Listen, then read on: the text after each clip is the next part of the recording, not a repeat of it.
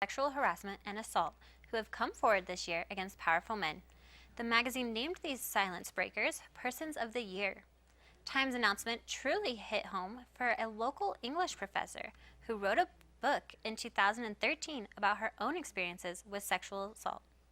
I wrote this a number of years ago, and after I wrote it, I ended up traveling to a lot of college campuses to speak about sexual violence. The book basically charts my experience as a 20-year-old being raped by a stranger in my apartment. On November 20th of 1988, Laura was only a junior in college when she had gone to sleep one night and was awakened by a shadowed figure standing behind her.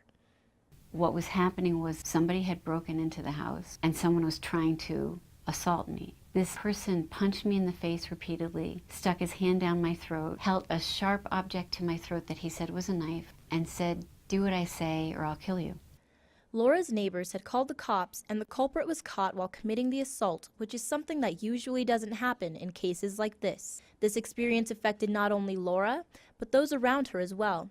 She became uncomfortable talking to strangers, sleeping in the dark, and struggled with post-traumatic stress disorder and depression. A lot of cases people know their perpetrators. I did not know him, and I saw some justice, and that is something that most survivors of harassment and sexual violence do not see. People knew this had happened to me because it was in the news.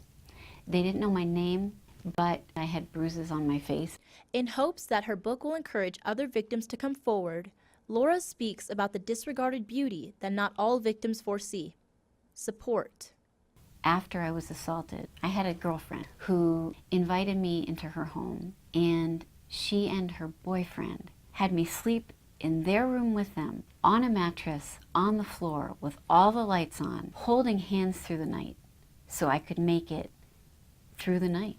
With help, you can move to a different place. You can have a very good life after something like this happens to you. It is not easy. It takes a lot of work, a lot of support from a lot of people. It doesn't ever fall out of your life. You never forget it. But it is possible to move beyond something like this. Tamara Gobert, NAZ Today.